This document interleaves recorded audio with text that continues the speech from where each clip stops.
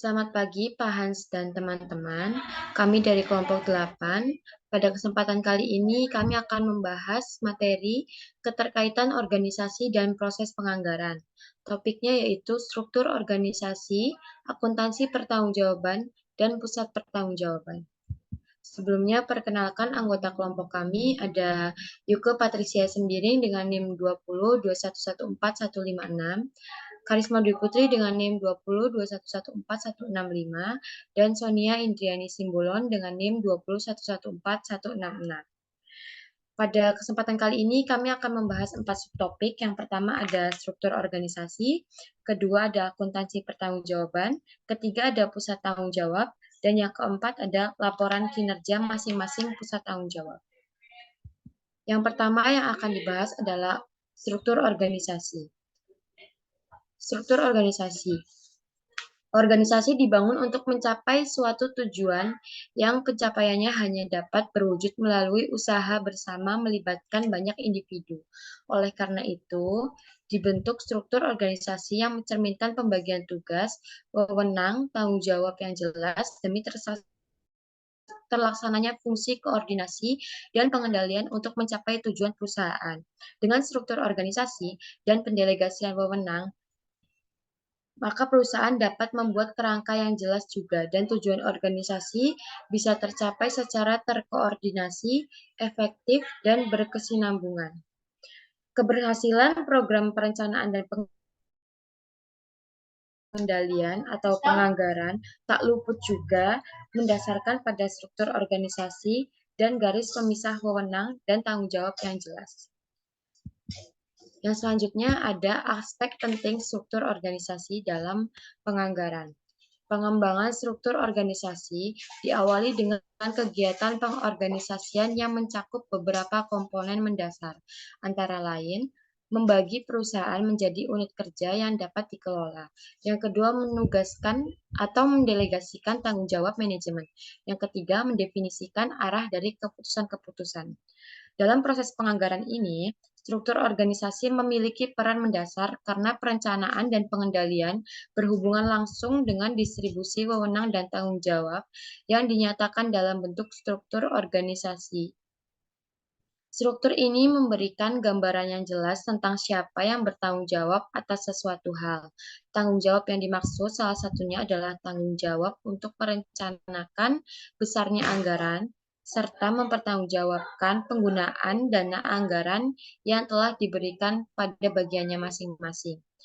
Tanggung jawab ini tidak mungkin dibebankan kepada siapapun yang tidak diberi wewenang untuk melakukan tugas-tugas dalam rangka mengemban tanggung jawab tersebut.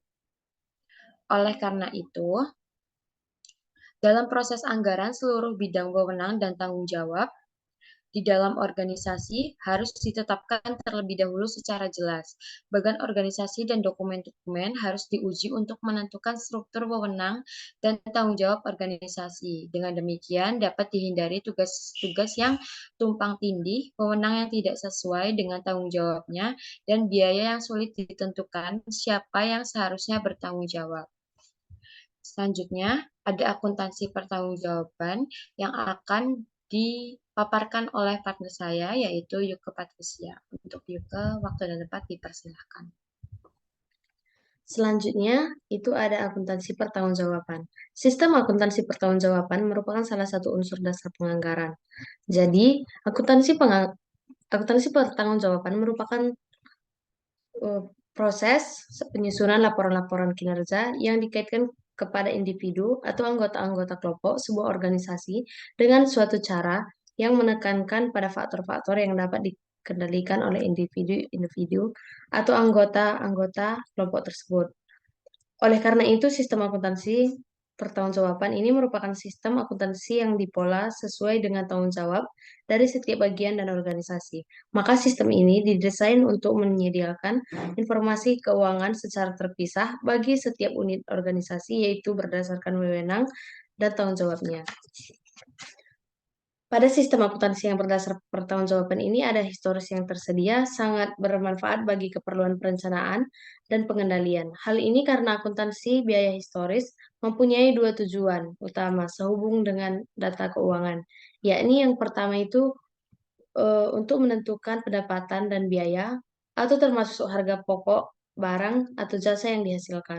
Yang kedua, untuk menyediakan data pendapatan dan biaya yang relevan untuk perencanaan dan pengendalian biaya. Next.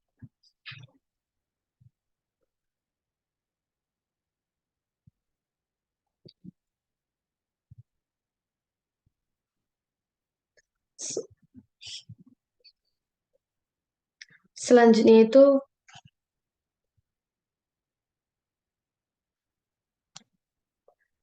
selanjutnya ada laporan pertanggungjawaban. Laporan kinerja dapat disusun untuk melaporkan kinerja unit organisasi atau kinerja manajer unit organisasi tersebut. Karakteristik penting pelaporan kinerja penganggaran adalah sebagai berikut.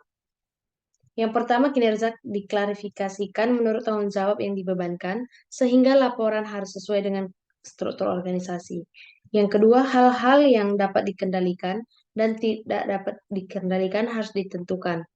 Di sini harus dibedakan dengan jelas, karena kinerja manajer dinilai atau diukur di bawah wewenang dan tanggung jawab manajemen yang dapat dipengaruhi atau dapat dikendalikan oleh manajer.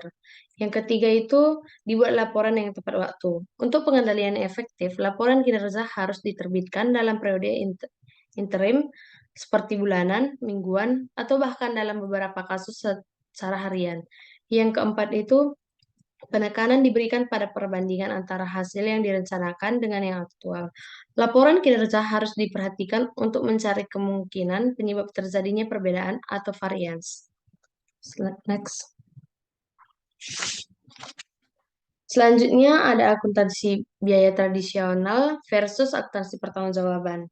Secara tradisional, akuntansi biaya lebih berfokus pada perhitungan biaya produk, sedangkan dalam akuntansi pertanggungjawaban penekanan dan perencanaan dan pengendalian biaya lebih diutamakan. Ini tidak berarti bahwa penghitungan biaya produk menjadi kurang akurat. Biaya awalnya dikumpulkan untuk keperluan atau pengendalian, kemudian diperuntukkan untuk keperluan perhitungan biaya produk. Selanjutnya itu ada frekuensi pelaporan kinerja. Frekuensi pelaporan kinerja harus disesuaikan dengan kebutuhan agar manajer dapat melakukan tindakan perbaikan yang tepat. Secara umum, frekuensi pelaporan berbeda-beda tergantung pada level manajemen dan tingkat karyawan pada setiap level. Next. Dan selanjutnya juga ada pusat tanggung jawab. Pusat tanggung jawab dapat didefinisikan sebagai suatu unit organisasi atau subunit yang dikepalai oleh seorang manajer yang presentasinya atau kinerjanya diukur dalam wewenang dan tanggung jawab tertentu. Berdasarkan ukuran tanggung jawab, pusat tanggung jawab ini dapat diklarifikasikan sebagai berikut. Yang pertama itu ada pusat biaya, yang artinya suatu pusat tanggung jawab di mana manajer bertanggung jawab untuk mengendalikan biaya yang terjadi di unit tersebut dan tidak bertanggung jawab dari segi keuangan untuk laba ataupun investasi dari unitnya. Yang kedua ada pusat penghasilan. Pusat penghasilan adalah suatu pusat jawab di mana manajer bertanggung jawab untuk mengendalikan penghasilan. Yang ketiga ada pusat laba. Pusat laba adalah suatu pusat tanggung jawab di mana manajer dinilai kinerjanya atau tanggung jawabnya untuk mengendalikan penghasilan, biaya, laba yang terjadi unit tersebut. Yang terakhir itu ada pusat investasi.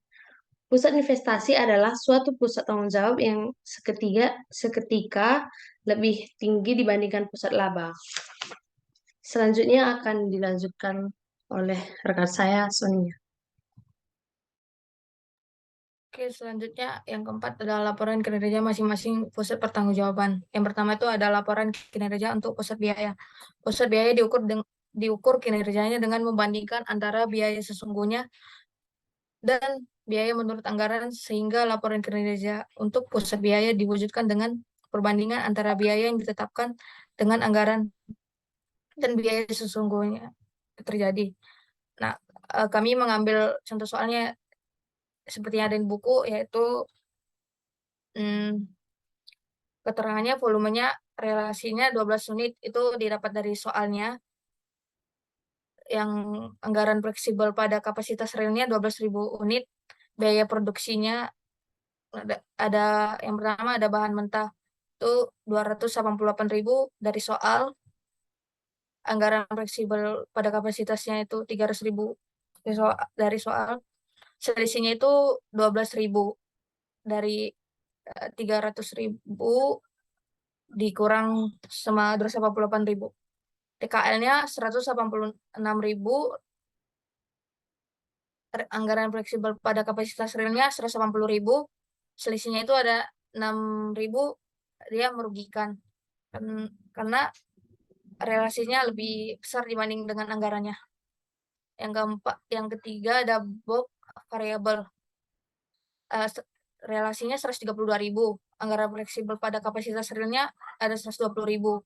Selisihnya itu 12.000, merugikan karena relasinya lebih besar dibanding anggarannya.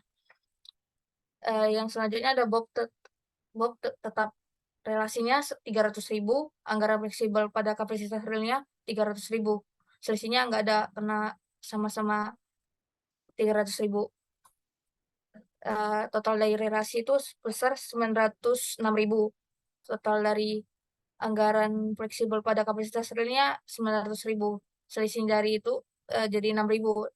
Soalnya anggarannya relasinya lebih besar dibanding anggaran fleksibel pada kapasitas realnya. Next. Yang kedua ada laporan kinerja untuk pusat pusat penghasilan. Pusat penghasilan diukur presentasinya dengan membandingkan antara penghasilan sesungguhnya dengan penghasilan menurut anggaran. Laporan kinerja keuangan untuk pusat penghasilan disajikan dalam bentuk perbandingan antara penghasilan sesungguhnya dan penghasilan yang dianggarkan, di mana selisih antara kedua inilah yang dianggap sebagai penyimpangan. Yang ketiga ada laporan kinerja pusat laba. Profitabilitas pusat laba dapat diukur dengan tipe pengukuran, ya ini satu contribution margin, yang kedua ada laba langsung, yang ketiga ada laba terkendali, yang keempat ada laba sebelum pajak. Yang pertama itu ada contribution laba margin. Ada kontribusi laba margin dengan pertimbangan bahwa ukuran ini menunjukkan dampak perubahan volume penjualan terhadap laba dan adanya asumsi bahwa biaya tetap tidak tergolong biaya yang dapat dikendalikan oleh manajer pusat laba. Yang kedua ada tadi laba langsung, menunjukkan jumlah kontribusi pada laba pusat laba untuk menutup biaya overhead umum dan laba perusahaan. Yang ketiga ada laba terkendali, adalah laba langsung diukur dengan biaya alokasi terkendali dengan dasar bahwa kinerja manajer. Yang keempat ada laba sebelum pajak. Seluruh biaya kantor pusat laba terkendali maupun tidak dialokasikan ke pusat-pusat laba. Yang kelima ada laba bersih, adalah dengan mempertimbangkan besarnya pajak penghasilan. Selanjutnya, next. Ada laporan kinerja untuk pusat investasi. Pusat investasi. Terdapat dua metode untuk mengukur kinerja pusat investasi, yaitu ada Return on Investment atau ROI dan Residual Income atau RI. Pusat investasi sering disebut dengan istilah divisi atau Strategic Business Unit. Yang pertama itu ada ROI. ROI digunakan untuk mengukur laba per rupiah investasi. Formulanya digunakan untuk menghitung ROI, yaitu ada ROI sama dengan laba atau IT per investasi. Formula yang lebih rinci untuk menghitung ROI ada ROI sama dengan perpusatan investasi kali profit margin. Yang ada selanjutnya ada perputaran investasi sama dengan penjualan per investasi. Selanjutnya ada profit margin sama dengan laba IT atau per penjualan. Next. Selanjutnya ada residual income atau RI, merupakan selisih antara laba pusat investasi dan kembalian atau minimum record rate of return yang telah ditetapkan oleh kantor pusat. Kembalian minimal adalah presentasi tertentu dikalikan dengan aktiva dari pusat investasi. Kami mengambil contoh dari buku, yaitu ada perusahaan ABC mensyaratkan kembalian minimum 8% untuk setiap aktivitas pusat investasi. Jika divisi X memiliki laba operasi bersih atau IT-nya setahun sebesar 375.000 dan investasi sebesar 3.250.000, maka residual income-nya adalah 125.000. Seperti perhitungan berikut ini ada laba pusat investasi atau IT sebesar 375.000,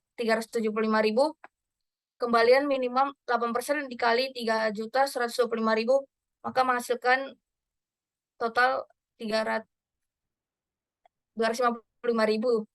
Maka residual income-nya dari 375.000 dikurang 250.000 sama dengan 125.000. Oke, sekian. Next. Oke, sekian presentasi dari kami. Maaf bila ada kesalahan dalam penyampaian materi kami. Terima kasih.